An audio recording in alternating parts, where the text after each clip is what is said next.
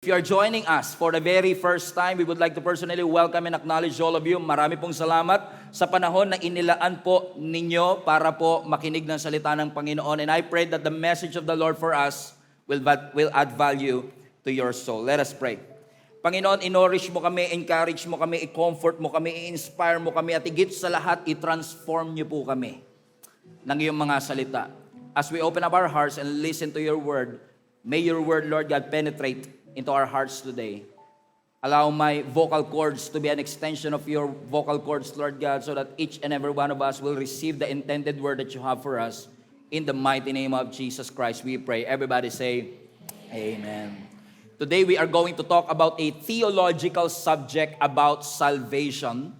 And at pinabagatan ko po ang mensaheng itong, Are you really saved? We are going to answer this question, Are we really saved? Kasi yan pong salitang salvation, kaligtasan, Yeshua sa Hebrew, soteria sa Greek, yan pong salitang salvation o kaligtasan ay madalas po nating marinig sa mga churches. Dito rin po sa ating simbahan, paulit-ulit, halos linggo-linggo natin naririnig ang salitang salvation. I think it's safe to say that the word salvation is one of the most commonly used words in the church. However, kahit po yan ang isa sa pinaka-popular na salita, maaari din po na yung salitang salvation ang isa sa pinaka-misunderstood na salita pagdating po sa ating Christian faith. Maaring marami sa atin ang nagsasabing, ligtas ako. We are singing about our salvation. We are preaching about our salvation. But let us ask the question, saan ba tayo talaga niligtas ng Panginoon? Are you saved from what? What? Save lang ba tayo doon sa galit ng Diyos? Save lang ba tayo sa kaparusahan ng Panginoon? Save ba tayo sa power and penalty of our sin? Kasi naniniwala po ako na ang kasalanan ay seryosong bagay. Hindi po ipapadala ng Panginoon ang kanyang bugtong na anak kung hindi po seryoso ang kasalanan. And I know for many years, I've heard this many times. Sasabihin nila, hindi naman masyadong seryoso ang kasalanan ko, Pastor. If your sin is not serious, why would the Father send His only begotten Son to die for you?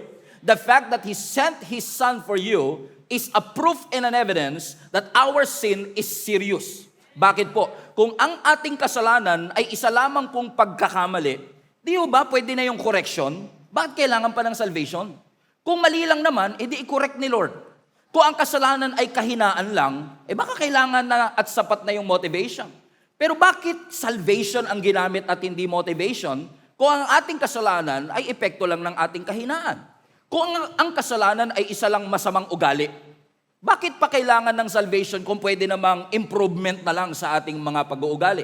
But the fact that God sent His Son to die for our sin, to save you and I, is an indication that our sin is more than just a mistake. Our sin is more than just a weakness. Our sin is more than just a bad behavior. In fact, sin is the greatest problem of humanity. Sin is not just committing a mistake. Sin, by definition, is a separation from God. Kahit di nyo ako pinapansin. Ang sabi po ng Romans 3 verse 23, For all have sinned and fall short of the glory of God. Now, kung titignan niyo po yung konteksto ng Romans chapter 3, ine-explain po ni Apostle Paul sa mga nakikinig at nagbabasa na ikaw man ay Jewish, ikaw man ay Gentile, lahat tayo ay guilty sa harapan ng ating Panginoon. Ibig sabihin, religious ka man o hindi, lahat tayo ay may parehong problema. Ano po ang ating problema? Kasalanan. At ang issue ng ating kasalanan is that we don't just made a mistake. Ang issue is the humanity in and of itself had fallen short of the glory of God. Meaning, hindi po tayo nakaabot sa glory, hindi po tayo nakaabot sa standard ng ating Panginoon. So when we sin, we are not just sinning because we did bad things. Yung pagkakasala po natin ay ebidensya na broken ang human nature ng tao. Comprende? Everybody say broken. Ibig sabihin, we are not just breaking rules when we sin. Because of sin, our relationship with God is broken. Nawasak po yun. Kahit na may magandang plano ang Diyos, pero dahil sa kasalanan, nawasak po yung magandang plano ng Diyos na yon. Are you still with me? For example, ang isa pong cellphone, kahit gaano siya kaganda, kahit gaano kamahal yung hardware, kahit gaano kaganda at kalaki ang potential niya, kapag sira siya, hindi mo siya mapapakinabangan. Kahit mahal siya, maganda ang case, mahal ang mga hardware, pero kung yan ay sira, hindi mo siya mapapakinabangan. Ganyan ang sitwasyon ng tao. Maganda ang design ng Lord sa atin. Expensive ang binayaran ng Diyos para sa bawat isa sa atin. Maganda ang potensyal ng bawat isa sa atin. Pero dahil sa kasalanan, tayo ay broken in human nature. Winasak ng kasalanan ng identity ang imahe ng bawat isa sa atin. That's why we need Jesus to save us. Kung mapapansin nyo mga kapatid, ang sabi ng scripture, balik mo yung Romans 3, we fall short of the glory of God. Ano po ibig sabihin ng fall short? Ibig sabihin, we miss the mark. Hindi po tayo nakaabot sa pamantayan ng ating Panginoon. At dahil po hindi tayo nakaabot sa pamantayan ng ating Panginoon, hindi lang basta improvement ang kailangan ng tao. Kailangan natin ng tagapagligtas. Kailangan natin ng rescue. Amen? And kung tingin mo ang Diyos natin is just here, He was sent on earth to make over our lives. No, my friend, your God can do more than that. Your God is not just willing to make over, but to take over your life. If you will allow God to, iti-take over ng Panginoon ang iyong buhay, amen, lilinisin tayo sa ating mga pagkakasala the moment we recognize Jesus as our Savior. At katulad ng sirang telepono, tayo pong lahat ay create ng Lord para sa kanyang kaluwalhatian, at tayo po dapat bilang mga Kristiyano ay nagre-reflect ng kaluwalhatian ng ating Panginoon. Pero yung imahe na yan ay sinira po ng kasalanan. So ang problema talaga ng tao, hindi masamang ugali. Ang problema natin, sineparate tayo ng kasalanan sa presensya ng ating Panginoon. And think about this. Sin is separation from your God. Pero ang mas matindi sa kasalanan, hindi ka lang basta nagkakasala, kundi may kabayaran yung kasalanan na yun. Ano po ang sabi ng Romans chapter 6 verse 23? Sabi ng Romans 6:23, for the wages of sin is death, New King James Version.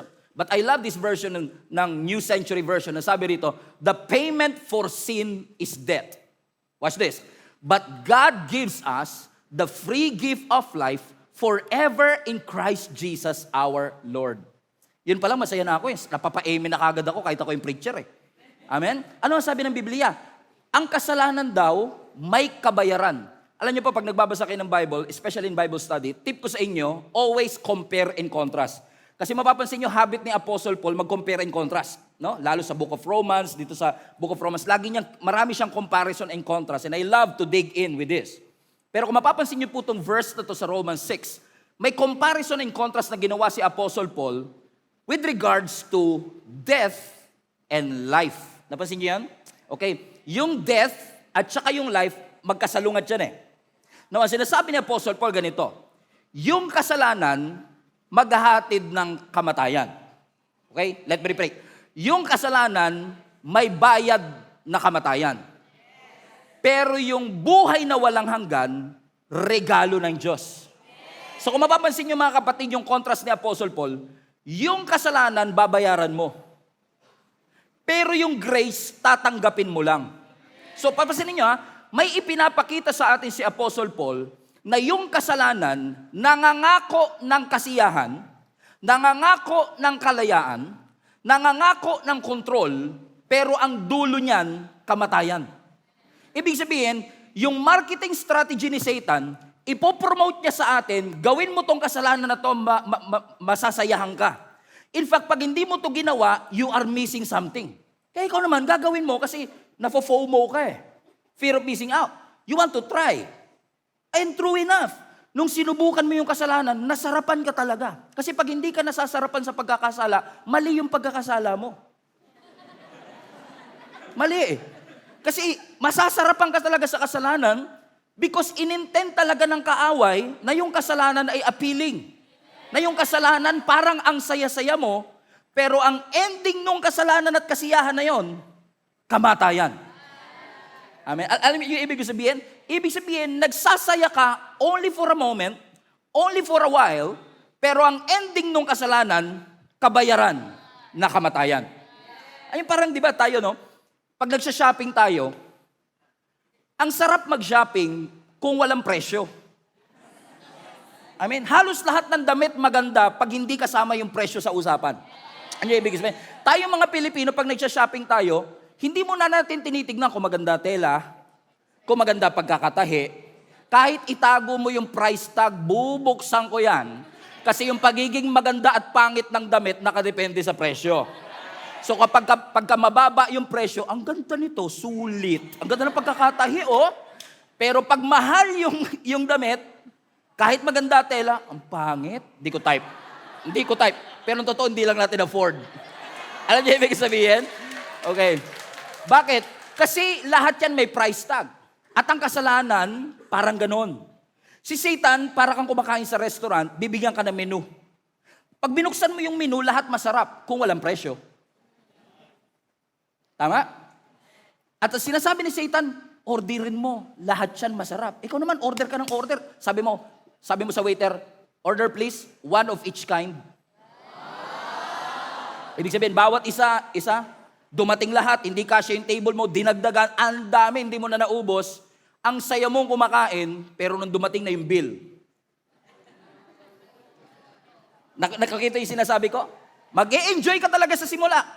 Pero ang guarantee ng Biblia, yung kasalanan may payment. At ang payment, hindi mo madadaan sa sayaw, hugas ng pinggan. Kasi yung payment na ito, anong sabi po ng scripture? Kamatayan ang kabayaran ng kasalanan. So ipinapakita po si atin ni Apostle Paul, yung kasalanan, i-advertise niya, malaya ka dyan. Pleasurable yan pag ginawa mo. Pero hindi niya sasabihin sa iyo na ang kabayaran ng ating kasalanan, kamatayan. Pero ang grace ng Lord, iba. Kasi sabi ng Biblia, yung grace ni Lord, regalo siya.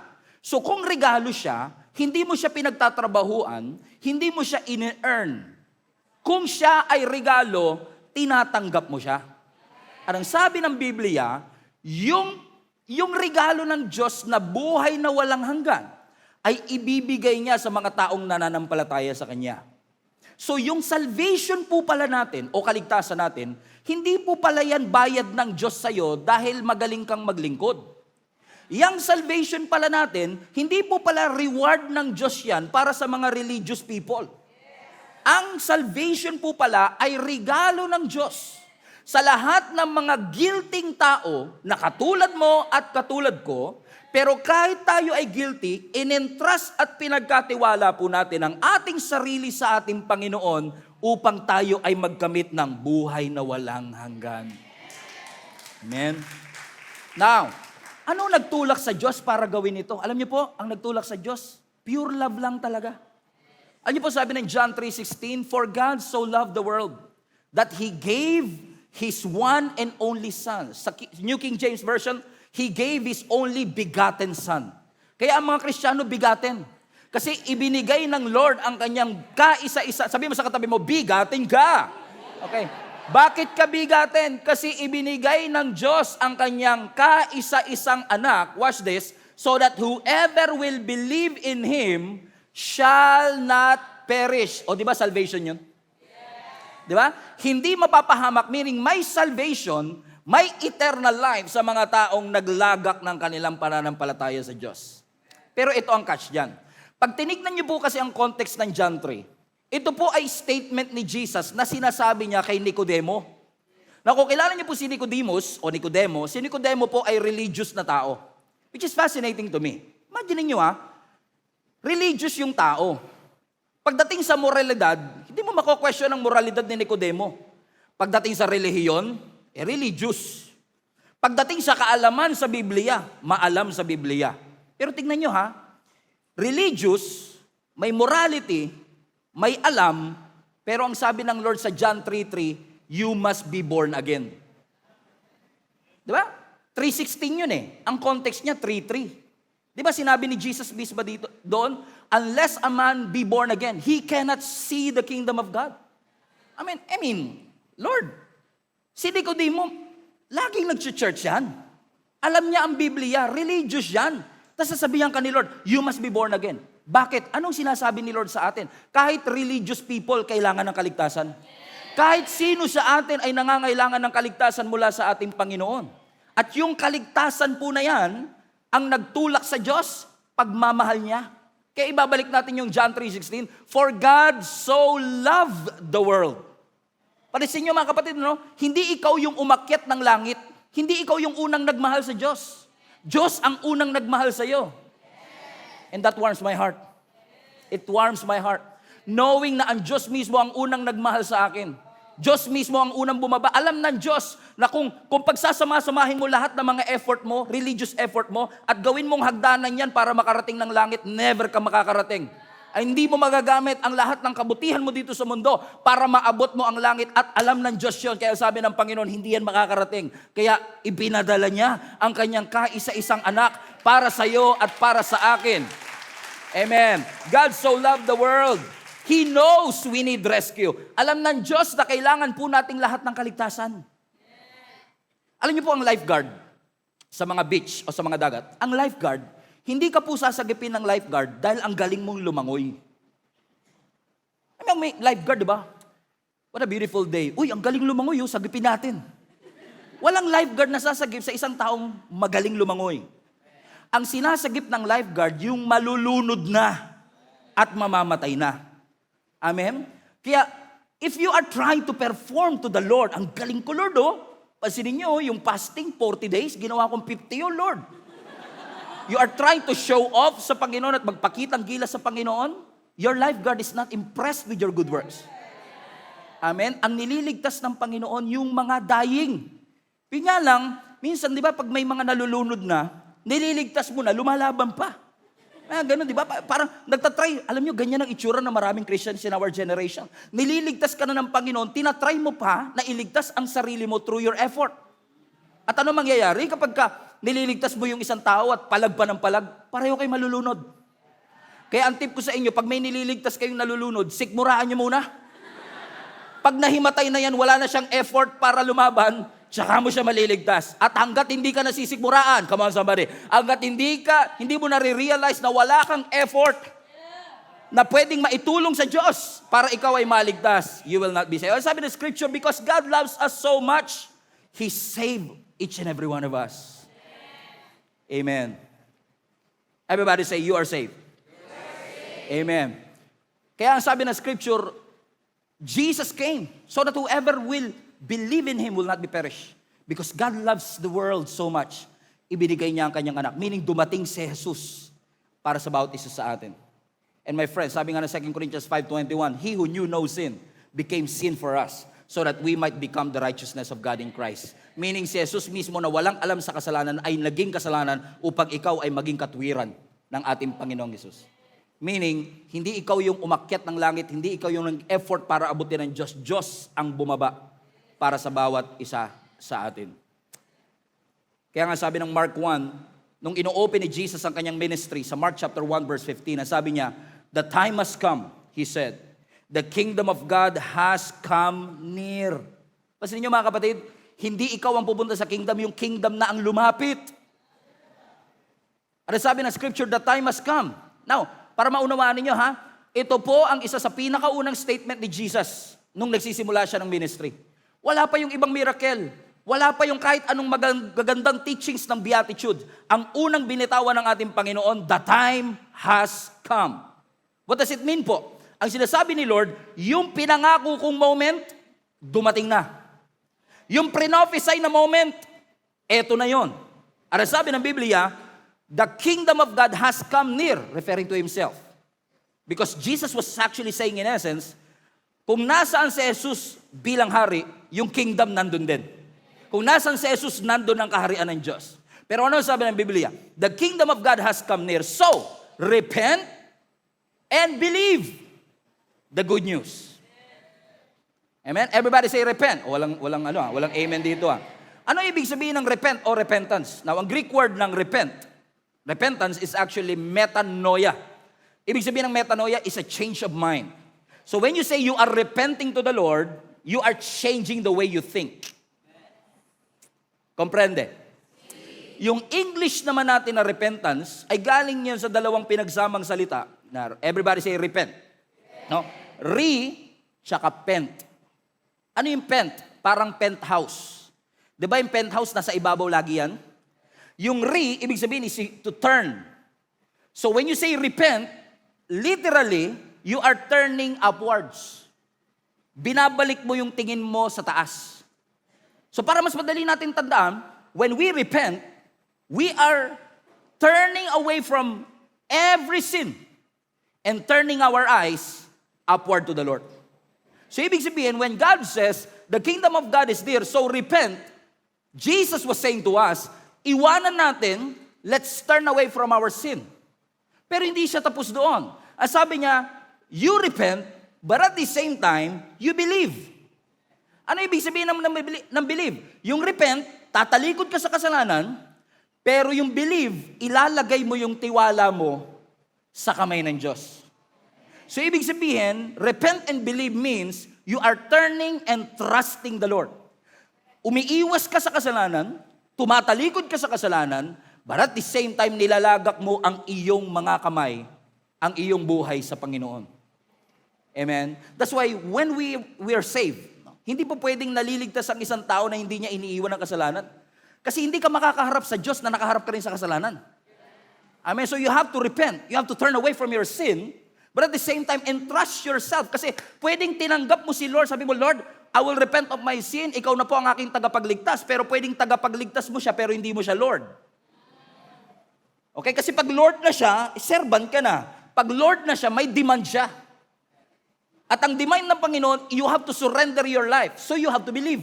So you repent and you believe. For the kingdom of God is near. Yan ang tanong. Nakapag-repent ka na ba? Trick question ba yan, Pastor? Tingnan mo ang katabi mo, mukha na bang nagsisi? O nasisi? Amen? Naniniwala ba yan kay Jesus Christ? Yun ang tanong, ano? Paano natin, ano ba sinasabi ni Lord? No? Bakit ko pa kailangan piliin siya? Alam niyo, papansinin niyo, may choice eh. If you're repenting, you are saying, yes, God, and no to sin. At ang sabi ng Titus, it is the grace of God that is enabling us to say no to ungodly things. Because at some point, you have to choose God. Amen? Hindi pwedeng gusto mo yung langit, pero ayaw mong iwanan yung mga bagay na nandito. You have to choose, everybody say, choose God. Kaya minsan, in-illustrate ng Panginoon ito eh. Na sinasabi ni Jesus, kung gusto mong mapasok sa kaharian ng Diyos, kung gusto mong pumasok sa kalangitan, may descriptive illustration si Jesus Christ sa Matthew chapter 7, and it's going to blow your mind. Ang sabi ng Matthew chapter 7, verse 13 to 14, are you with me? Everybody read. Sabi ni Jesus, enter through the narrow gate. For wide is the gate, and broad is the road that leads to destruction. And many enter through it. So, bawasin niyo, sinasabi ni Jesus Christ, merong gate na malawak. Yung daanan, malawak. Pero ang dulo, kapahamakan. At marami ang pumapasok doon. Ibig sabihin, itong wide gate, very popular. Uso. Okay? Pero ang sabi ng verse 14, but small is the gate, and narrow is the road that leads to life, and only few find it. So pansin niyo, may kinokontra si Jesus eh. Ang kinokontrast ni Jesus, may dalawang klase ng gate. Pakita mo yung picture. Yung unang gate, malawak. Pero itong gate na malawak, mukhang appealing, popular, maraming pumapasok, pero ang dulo nito, kapahamakan. Pero sabi ni Jesus Christ, pero merong isang gate, maliit lang, konti pumapasok, pero dito sa gate na ito ang maglilid sa inyo sa buhay na walang hanggan. And for many years, I thought na kaya malawak ito kasi maraming mapupunta sa impyerno. At kaya maliit at makipot ito kasi konti lang makakapasok sa langit. Which in essence defeats the very heart cry of our church. Kasi lagi natin sinasabi, punuin ang langit, punuin ang langit. Kasi parang pinapanalangin at pinaglalaban natin sa Panginoon na sana yung langit hindi lang malaki, puno. Pero kung nakapag-desisyon na pala si Lord na konti lang makakapasok, parang mas maganda yung punuin ng impyerno. Doon na punuin natin. Amen. Kasi nga ganun ang interpretasyon ko. Pero alam nyo, na-realize ko at nakita ko, na-discover ko, na itong verse na ito is more than just kind of thinking. Kasi tingnan nyo ang sabi doon, wide, balik ba yung verse 7 anak? Wide is the gate, and broad is the road that leads to destruction. So mapapansin nyo, yung wide, yung malawak ang daan, pero nagli-lead sa destruction. Pero bakit marami pa ang pumapasok dito kung ang dulo naman pala nito ay kapahamakan? Alam niyo po kung bakit marami pumapasok? Kasi kapag malawak yung gate, malawak yung daan, ibig sabihin mabilis siya. Ibig sabihin madali siya. Kaya din siya popular kasi komportable. Bakit ako makikipagsiksikan sa Makitid kung pwede naman akong dumaan dito? Ibig sabihin, kung lahat ginagawa to, baka ito na rin yung tama. Kasi lahat sila nagpupunta doon eh. Pero hindi porkit tinanggap ng mundong ito yung lifestyle na yan, ay tinatanggap yan ang prinsipyo ng salita ng Panginoon. Pwedeng accepted ng lifestyle natin, pero rejected ng Word of God. Kaya ang dulo, distraction eh. Pero ang sabi ng Biblia, yung isang daan, narrow. So hindi pala ito bago at luma na daan. Okay. Ang contrast pala, malapad, saka makitid. So sabi ng Biblia, yung isa makitid. O minsan ako tinanong ko yan eh, Lord, bakit ba makitid? Pinapahirapan mo ba yung taong mapunta ng langit? Pinapahirapan mo ba yung tao na magkamit ng buhay na walang hanggan? Kasi lumalabas, kaya makitid, siguro ang Diyos mabagsik. Pero hindi kaya siya makitid kasi dinesign ng Panginoon na yung papasok dito nasa tamang, alam niyo ibig sabihin, precise. Very precise ang gustong mangyari ng Panginoon na hindi ka magkakasya dito hanggat hindi sakto yung choice mo. Okay, hindi niyo ako maintindihan. So ganito kasi yan. Dahil masikip yung daan, hindi mo pwedeng dalhin lahat ng gusto mong dalhin. So kung gusto mo talagang pumasok, kailangan mong ibaba yung pride mo kasi hindi kayo magkakasya ng pride mo tsaka sarili mo eh. So kaya siya narrow kasi at some point, you have to let go of something. So kaya siya narrow kasi you have to let go of some things in your life kasi hindi mo madadala yung idol mo papasok. So sinasabi ni Lord, hindi siya naghihigpit. Very precise lang siya na kung gusto mo talagang mapunta dun sa buhay na walang hanggan, kailangan mong mamili na bitawan yung mga bagay na gusto mong isama. Unlike doon sa wide gate, pwede mo isama lahat. Pwede mong dalhin lahat, walang limit sa baggage. So lahat ng baggage mo, kahit hindi mo na i-analyze, may magandang libro dyan, Baggage Analysis. Okay? So lahat ng baggage mo, kahit hindi mo na i-analyze, ipasok mo lang kasi madali, popular. Kasi kaya lahat ng tao nagsisiksikan doon. Naunawaan niyo yung sinasabi mga kapatid. So ibig sabihin, lahat madadala mo, but it will cost you your soul. Kasi ang dulo niya, distraction. Dito sa narrow gate, hindi mo madadala lahat, kaya kokonti lamang ang nakakapasok. Yan tanong, ganun ba ang Diyos, Pastor? Parang nilimitahan lang ng Diyos yung pwedeng pumasok sa narrow gate o pwedeng magkamit ng buhay na walang hanggan? Hold your horses. Hindi po ganyan ang sinasabi ng Lord. In case na-miss ninyo sa John 3:16, balikan nga natin yung verse, anak. Sabi ng John 3:16, For God so loved the world that He gave His one and only Son.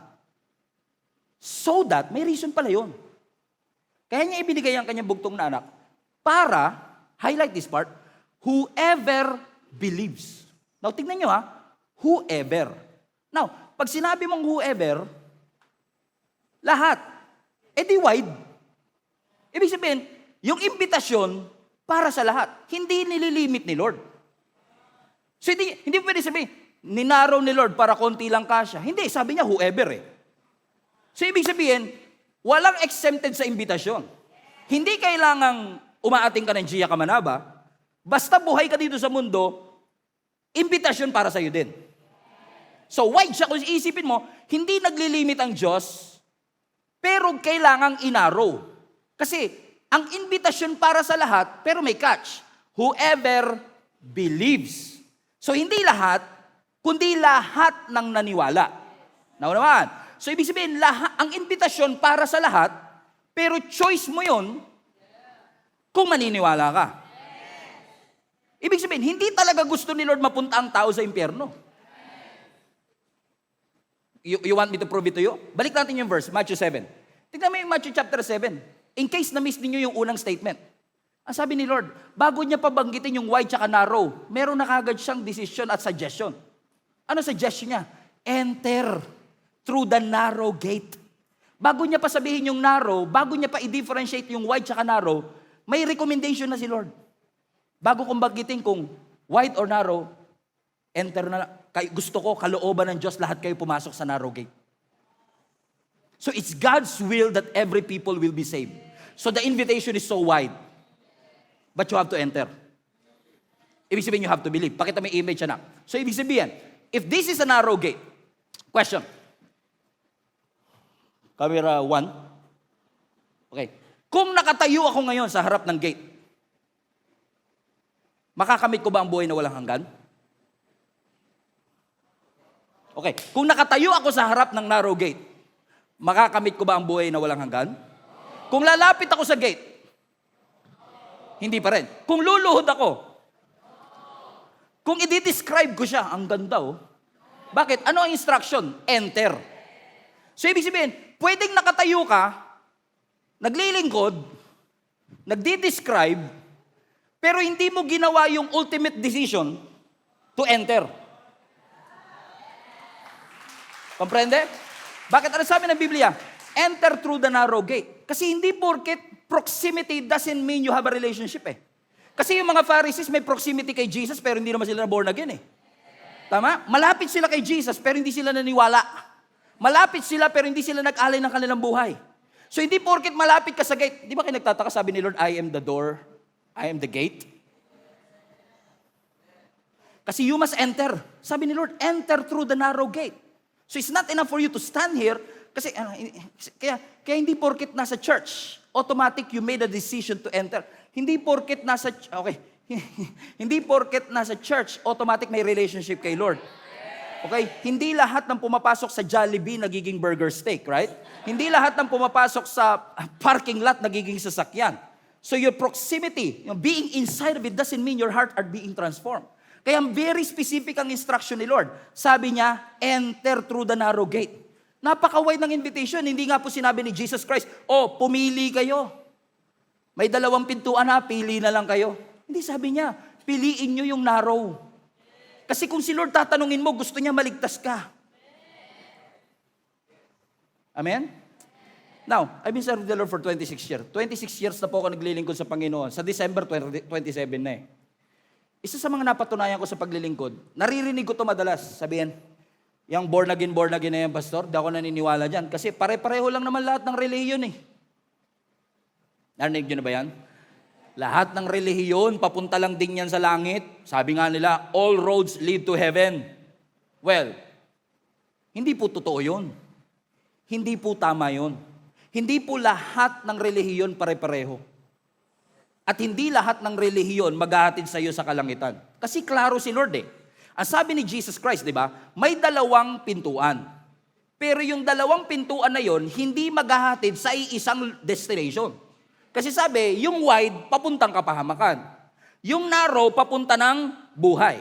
So ibig sabihin, hindi sinabi ni Lord na, okay, marami namang gate, bahala na lang kayong pumili. Kahit anong religion nyo, pwede yan. Langit din naman ang ending niyan eh. Hindi sinabi ni Lord, di ba? Alam niyo po kung bakit? Kasi hindi lahat ng daan papunta ng Baguio.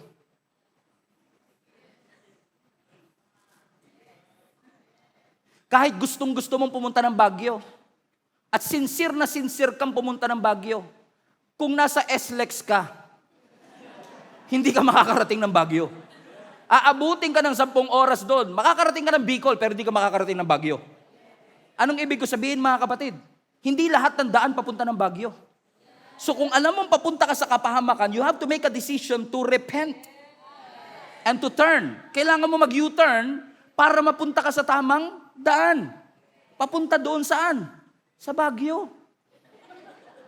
Pastor, gustong-gusto ko talaga. At maraming Kristiyano ganun, sincere. Pero sincerely wrong. Hindi porket sincere, enough na yun. Kailangan mong magdesisyon. Kasi lahat naman sincere eh. Pero posible na sinasabi natin, sincere po tayo, pero yung daan na tinatahak natin ay papunta po ng kapahamakan. Amen? Kasi yung sincerity natin, hindi po niyan mapipihit ang manibela.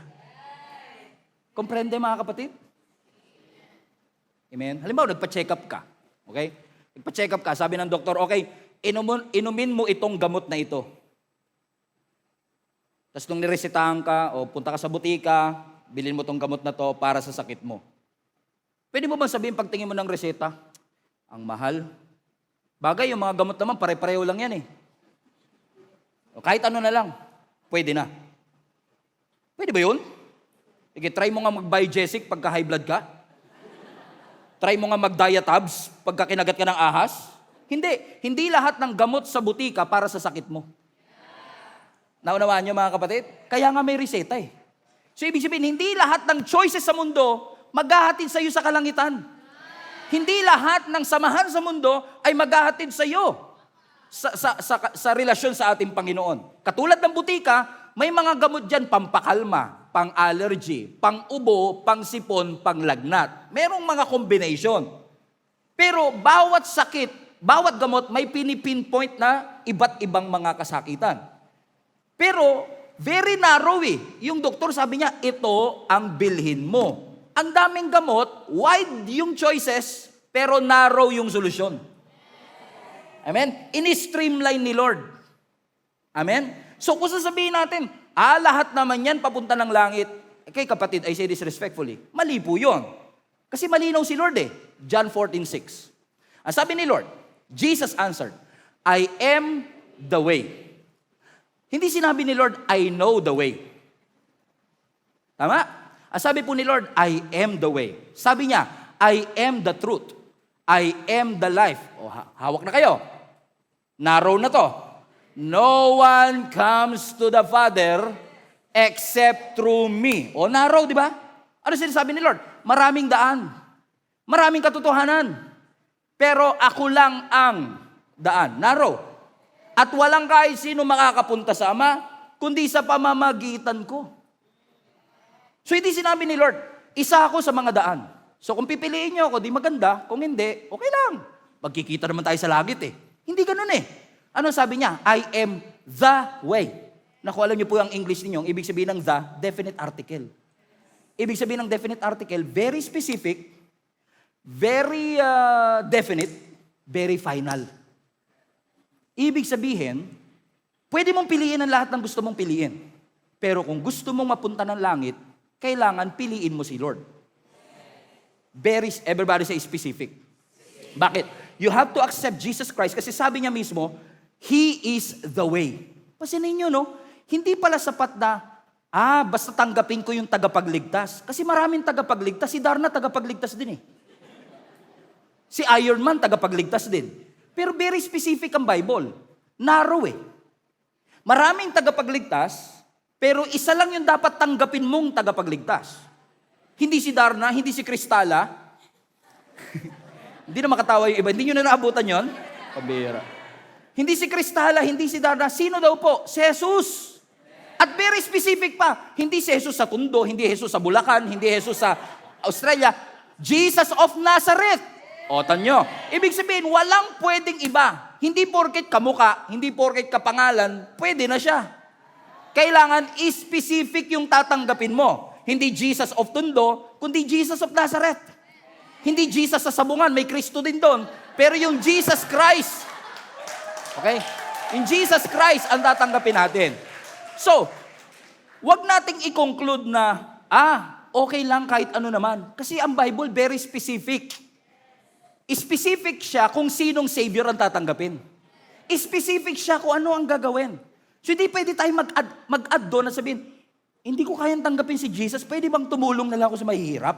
Hindi. Very specific nga eh. Hindi naman sinabi ng Bible na tanggapin mo si Jesus. Yung Jesus ng Nazareth ha, tanggapin mo si Jesus. Pero kung gusto mong tumulong lang naman, pwede na rin yan. Tanggap na rin natin yan. Hindi sinabi ng gano'n, di ba? Very specific. Naunawaan niyo? For example, halimbawa itong doorknob na ito, pasensya na kayo, wala na tayong pinto ha. Doorknob, tinanggal ko na lang yung doorknob. Okay? Wala na ba yung ibang dito? Okay. Kanina kasi may nangyari. Okay. Naniniwala ba kayo? Nakalak yan eh, no? Nakalak. Oh. Hindi mo siya mabubuksan. Maraming susi dito. At meron lang isang susi dito na makakapagbukas dito.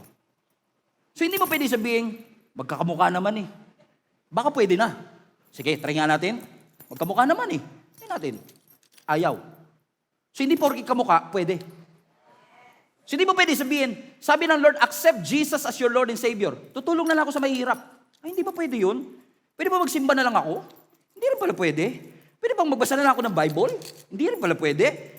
Bakit? Specific si Lord. Kasi sinasabi ng Lord, marami kang choices dito sa mundo, pero isa lang. Ang ultimate na susi kung gusto mo makapasok sa karya ng Diyos. Pakinggan nyo.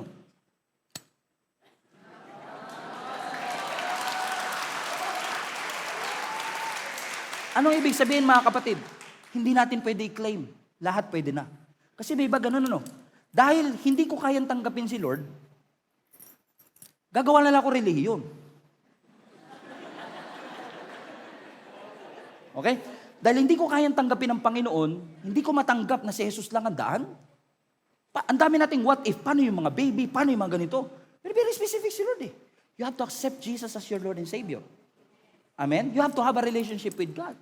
Sabihin natin, di ba pwedeng tumulong na lang ako? Halimbawa sa IM Richie, sa next time magdo-donate ako. Hindi. Because it's not your good works that will give you access. Ang magbibigay sa iyo ng access, very specific. Oh. Ang daming kamuka, pero ito lang yung specific na susi para mabuksan ang kalangitan. Naunawaan niyo mga kapatid? Merong isang story dyan sa Bible na may isang lalaki na rich young ruler. No? Parang Daniel Padilla to eh. Nasa kanya na lahat. Okay, bakit? Rich na, young pa, ruler pa. Ano ibig sabihin nun? Pag mayaman ka, ibig sabihin may pera ka. Pag bata ka pa, ibig sabihin may oras ka. Pag ruler ka, ibig sabihin matuwid ka. Ruler, joke. Okay. So kapag mayaman ka, ibig sabihin may pera ka. Pag ikaw ay bata, ibig sabihin may oras ka. Pag ruler ka, ibig sabihin may kapangyarihan ka. Ibig sabihin nasa kanya na lahat, no? May pera, may oras, may power. Ano pa ba hihiligin mo? Nasa iyo na lahat. Pero pansinin niyo kahit nasa kanya na lahat, sa pananaw ng tao, lumapit pa rin siya kay Jesus. Ano ang sabi ng Biblia sa Matthew, okay? Chapter 19, verse 16. Once a man came to Jesus and he said, "What good thing must I do, come on, to receive eternal life?" So, ang tanong niya kay Lord, ano po ang pwede kong gawin para ako ay magkamit ng buhay na walang hanggan? So, ibig sabihin, baluktot yung mindset niya eh. Kasi sa mindset nitong taong ito, meron akong pwedeng gawin para ako ay mapunta sa langit. Kasi marami sa atin, iniisip natin na yung kaligtasan, trophy ng Diyos yun sa mga taong religious. Reward ng Panginoon sa mga taong may morality. Nakalimutan natin, salvation is a gift. At dahil salvation is a gift, doon sa mga taong naglagay ng kanilang sarili kay Lord, kaya nagtatanong siya, ano bang pwede kong gawin para ako'y magkamit ng buhay na walang hanggan? Verse 17, tignan niyo reply ni Lord. Sabi ni Lord, teka, why do you ask me concerning what is good? Jesus said, there's only one who is good. Well, keep the commandments if you want to enter life. Teka, pastor, kala ko ba si Jesus lang ang daan? Bakit sinasabi ni Jesus na sundin ang utos para ikaw ay magkaroon ng buhay na walang hanggan? Patapusin muna natin. No? Paraanin natin si Lord. Ano ba gusto niya ituro dito? So sinasabi niya, gusto mo magkaroon ng buhay na walang hanggan? Di sundin mo mga utos. Verse 18, sagot ng lalaki, anong utos? Yan. Specific din siya, no? Narrow din eh. At sumagot si Jesus, huwag kang papatay. Huwag kang mangangalunya. Huwag kang magnanakaw. Huwag kang magbibintang. Siguro sa isip niya, teka lang, huwag kang papatay. Okay, pasado. Meron pa ba dito pumatay na? Ay, wala. Okay. Baka may magtaas ka. Okay. Sabi niya, huwag kang papatay. Sabi niya siguro, okay, pasado. Huwag kang magkukumit ng adultery. Loyal naman ako. Huwag kang magnanakaw. May kilala ko pero hindi ako ganyan. Okay? Huwag kang magbibintang ng iba. Okay pa. So far, so good. Siguro inisip niya, so far, so good ako. Verse 19. Sabi ni Lord, irespeto mo ang iyong tatay at nanay. Kaya ko yan. At mahalin mo ang kapwa mo gaya ng iyong sarili. Kaya ko yan. Tingnan niyo sinagot niya. Verse 20. I have obeyed all these commandments. Sinasabi niya, Lord, yan lang ba? Sinunod ko lahat yan. Tingnan niyo tanong niya, ano pa? Baka may nakalimutan po kayo. What else do you want or I need to do? Siguro sabi ni Jesus, ba? Yabang to Huli, yabang. Verse 21.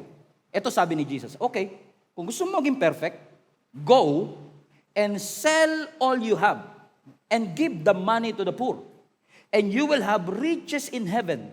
Then come and follow me. Teka lang, pastor. Meron ba sa utos yan? Na ibenta ko ang aking kayamanan? Wala. Nagtanong siya kung ano pa O di nilagay ni Lord. Sabi ng Lord, di ba mayaman ka? Ibenta mo lahat ng ari-arian mo, ibigay mo sa mahihirap, at yung yaman mo dito sa mundo, ipagpalit mo sa yaman na meron ka doon sa langit. Pagkatapos, sumunod ka sa akin. Tingin niya susunod? Tingin niya susunod siya? At depende sa yaman niya. Okay? Ano sabi ng verse 22?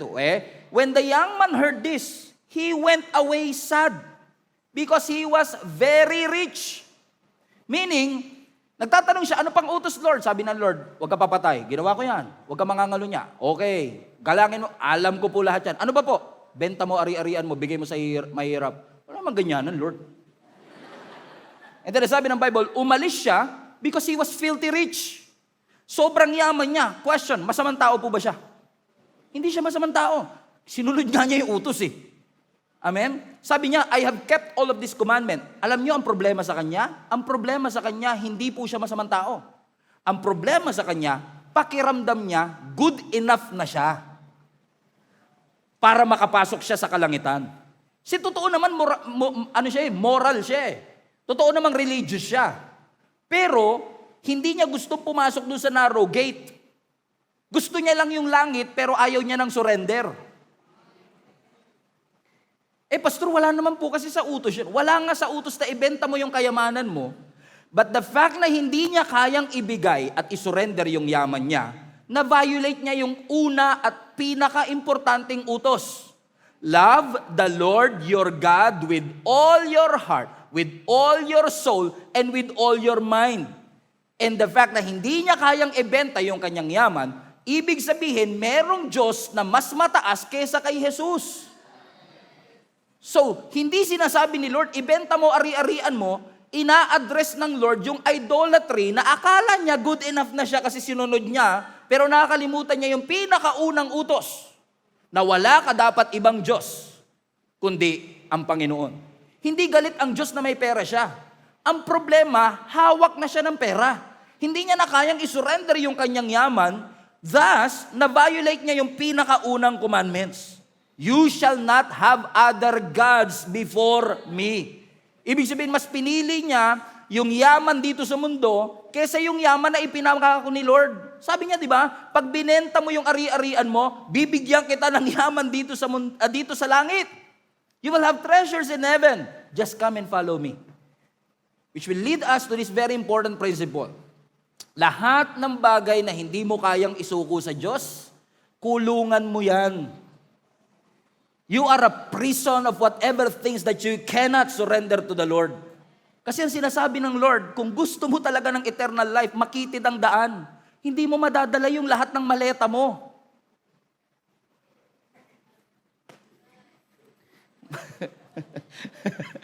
Okay, di kayo updated. Okay, hindi mo madadala lahat ng malet. Lord have mercy. Okay. Hindi mo madadala lahat ng yaman mo. You cannot bring your idols through it. Hindi mo pwede sabihin na, pastor, ibig sabihin, dapat ba mahirap kami para matanggap kami ng langit? Hindi, kahit po mahirap siya, hindi niya rin madadala yun because your riches cannot save you. Your poverty cannot save you either. So hindi ito issue ng pagiging mayaman o mahirap. Ang issue po dito, hindi niya na nare-recognize ang Diyos na number one sa kanyang buhay. And he thought yung pagsunod niya sa 10 Commandments ay naging basihan ng Panginoon para tanggapin mo na ako, Lord, sinunod ko naman ang lahat. Pero kung hindi mo kayang isurrender lahat sa Panginoon, hindi ka magkakasya. Na minsan pinapalitan natin yung narrow requirement ng Panginoon ng iba't ibang fabricated things kasi hindi natin kaya.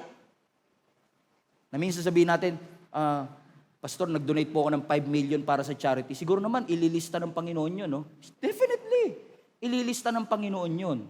I-reward ka ng, yun nga lang, di ko sure kung pwede mong gamitin yun na ticket pag naglilistahan na.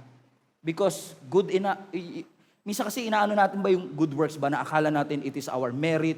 Ano sabi ng Ephesians chapter 2? Ano sabi ng scripture? For it is by grace you've been saved through faith. Very important principle. You are not saved because you are good. After all, Jesus did not come to this earth to make the bad people good. He came so that the dead people will live. Amen? So ano sinasabi ng scripture? It is by grace.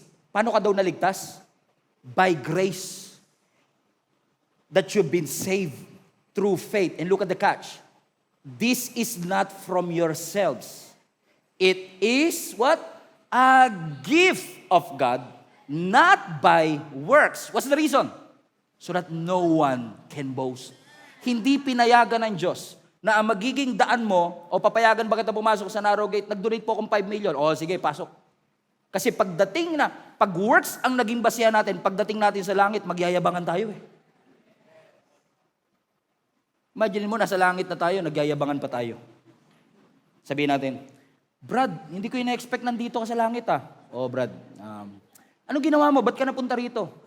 Kasi naalala mo nung nag-declare ng 21-day fasting, ginawa kong 40 yung akin. Kaya pala, tanggap ka nga. Okay. Ikaw, ba't nandito ka?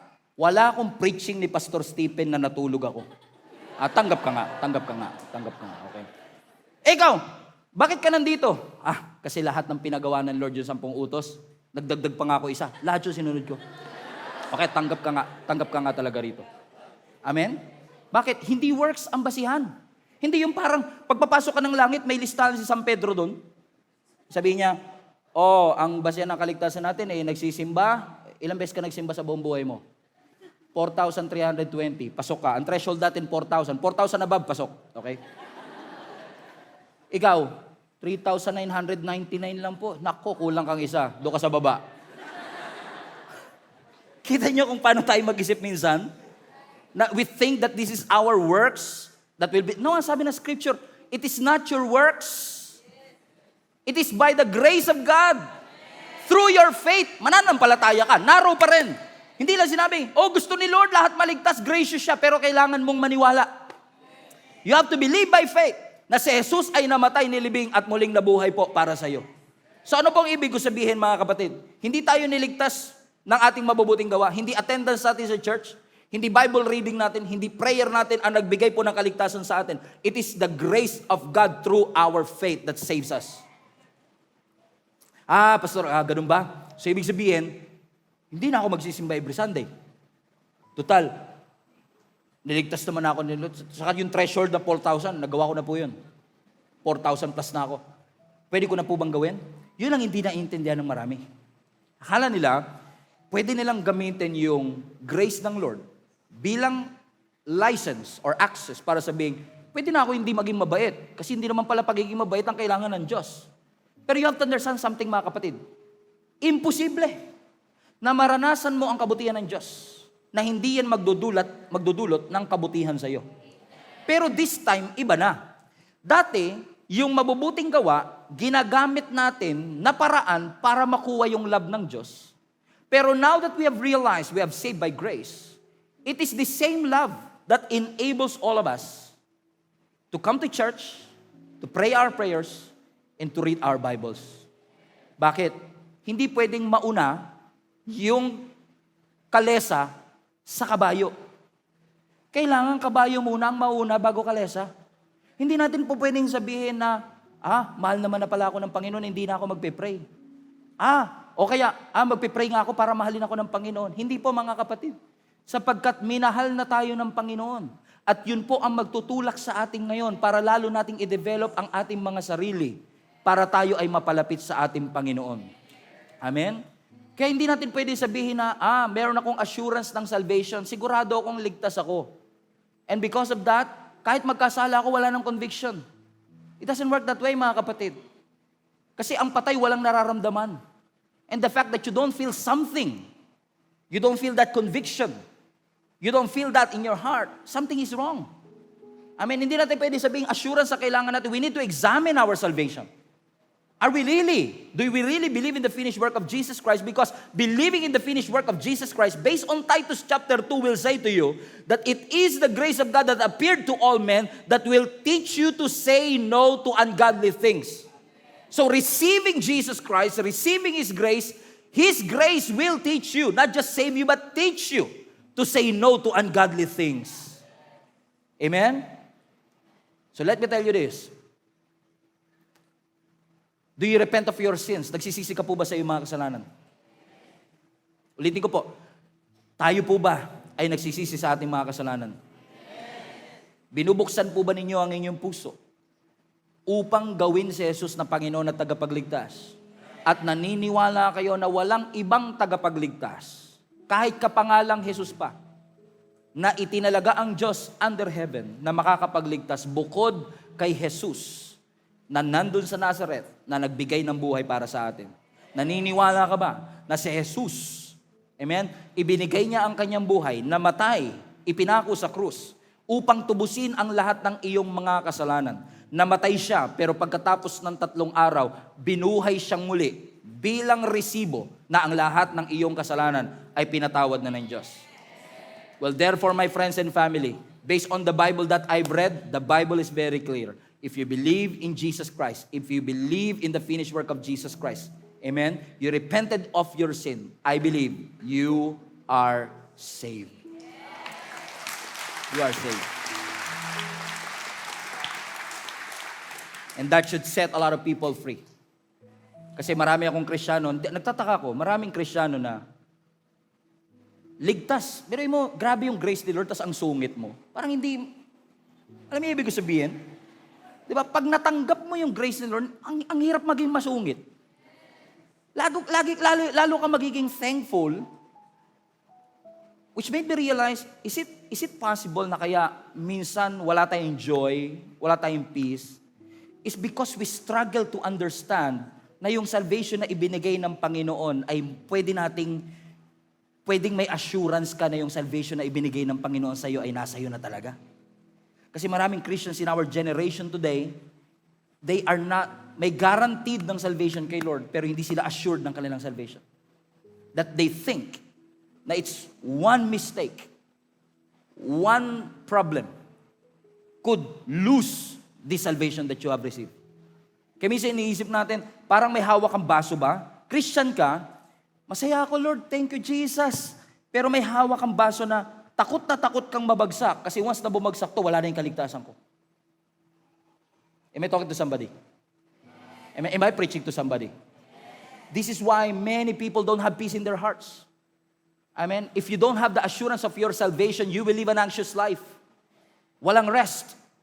But if you believe that Jesus Christ once and for all paid for your sins, binayaran ng Panginoon ang iyong mga kasalanan, and now because of Jesus Christ, sinelyuhan ito ng Holy Spirit, now because of Jesus Christ, you are saved. And that's salvation. Kasi may isipin natin, parang yung salvation ba parang wifi? Di ba? Parang yung signal mo sa langit, depende sa performance mo. Diba? Nagsimba ako today, full bar. Kaso absent ako last week, kaya wala uli. Tapos Monday, nag-quiet time ako, so balik na naman. Tapos may nakaalitan ako sa daan, napagtaasan ko ng boses, so balik na naman. Kaya wala tayong kapahingahan. Kasi parang araw-araw, di mo alam kung ligtas ka o hindi. So wala kang assurance of your salvation. Amen?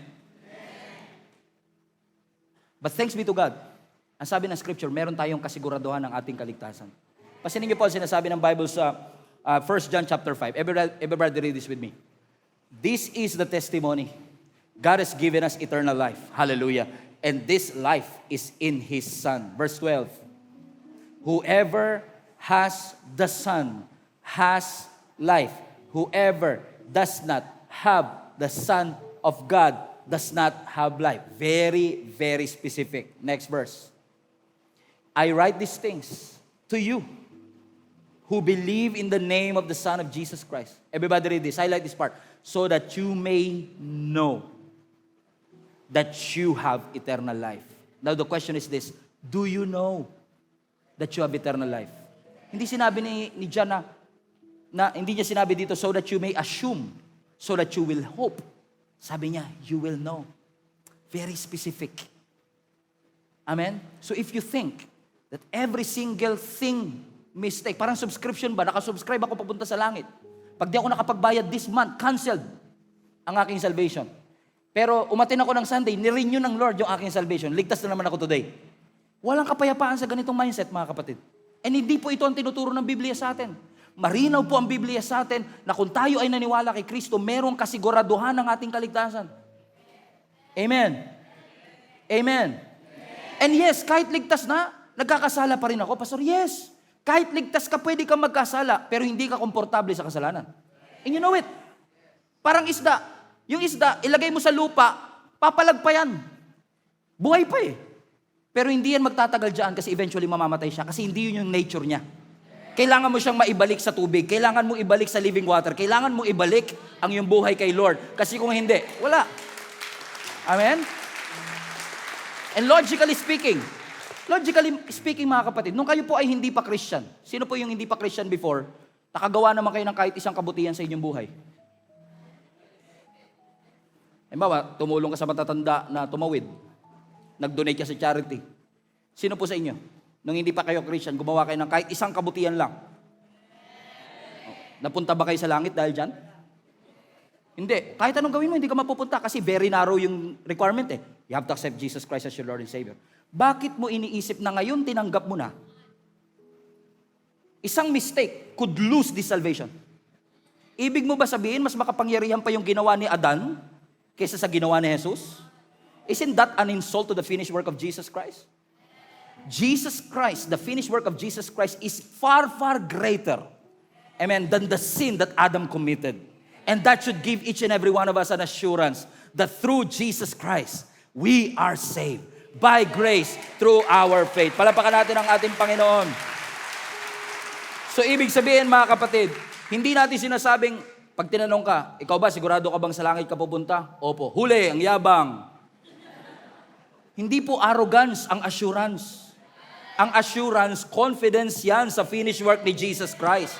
Ibig sabihin, hindi ka confident sa sarili mong performance, wala kang ipagyayabang na kahit anong effort. So, pinanghahawakan mo ngayon yung bagay na ginawa ng Panginoon sa krus ng Kalbaryo. Bakit po? Ang ating salvation ay hindi secure dahil malakas ang kapit natin sa Diyos. Ang salvation natin ay secure kasi malakas ang kapit ng Diyos sa atin. Parang bata na tumatawid, tatay, hawak niya ang kanyang anak. Yung bata, pag nakakapit sa tatay, pwedeng bumitaw. Pwede siyang madapa. Pwede siyang maaksidente. Pero ang kanyang protection at safety nakasalalay sa kapit ng tatay niya. Na hindi niya hahayaan na yung kanyang anak ay mapahamak. Kaya pala ang sabi ni Jesus Christ in John chapter 10, verse 28 and 29, I give them eternal life. And they shall never perish. Woo! Hallelujah. And no one will snatch them out of my hand. Highlight that part. Amen. Ano sabi ng Biblia? Walang kahit sino ang makakapag-snatch sa atin sa kamay ng ating Panginoong Yesus. Pero hindi pa tapos si Jesus. Tingnan nyo itong double security na ito. Verse 29. My Father, who has given them to me, is greater than all. Watch this. And no one can snatch them out. Highlight this part. Of my Father's, wait a second, verse 28. Highlight, no one can snatch them out of my hand. Si Jesus to.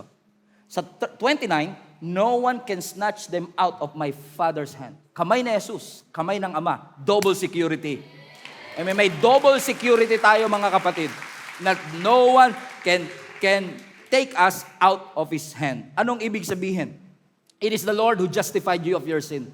It is the Lord who has forgiven you of your sin. At kung si Jesus ang nag-justify sa iyo, walang kahit sino ang may authority na mag-unjustify sa iyo because the Lord Himself said, because of Jesus Christ, you are all forgiven of your sin. Aakusahan ka ni Satan ng kung ano-anong mga bagay.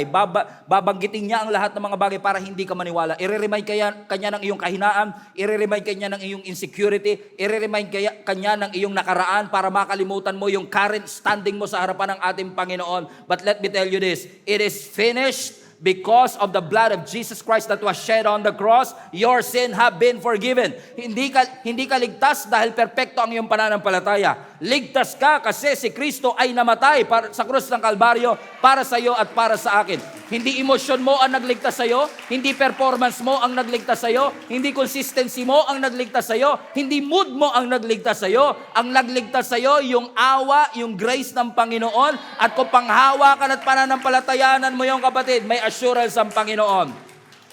Hallelujah. You are saved. And since you are saved, He is giving you a new identity. So ibig sabihin, pag ang isang tao may assurance ng salvation, Hindi niya sinasabi na, pwede ko nang gawin ng lahat. Total, assured naman na pala ako eh. Hindi yon. Ang tunay na may assurance ng salvation ganito. Grabe pagmamahal ng Lord. Grabe malasakit ng Diyos. Kaya ayoko na manatili sa ganitong buhay. Gusto ko yung bagong identity na ibibigay ng Panginoon sa akin. You will not settle for less. Kasi sabi ng 2 Corinthians 5:17, if anyone is in Christ, you are a new creation. The old is gone, and the new has come. So listen, church. Stop trusting your performance. Stop trusting your efforts. Stop trusting yung belief na pinaniwalaan natin that could save us. Hindi religion, hindi good works. Trust Jesus. And trust your life to Jesus Christ, who is the King of Kings and the Lord of Lords, who came down from heaven. He died on the cross for you. He bled for you.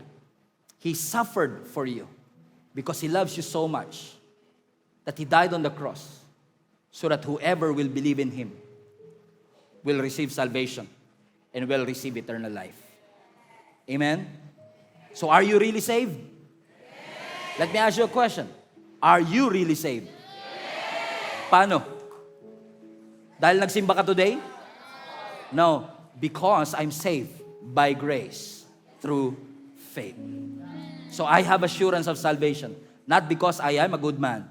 I have an assurance of salvation because I serve a great God who died on the cross for me. Tayo tayong lahat.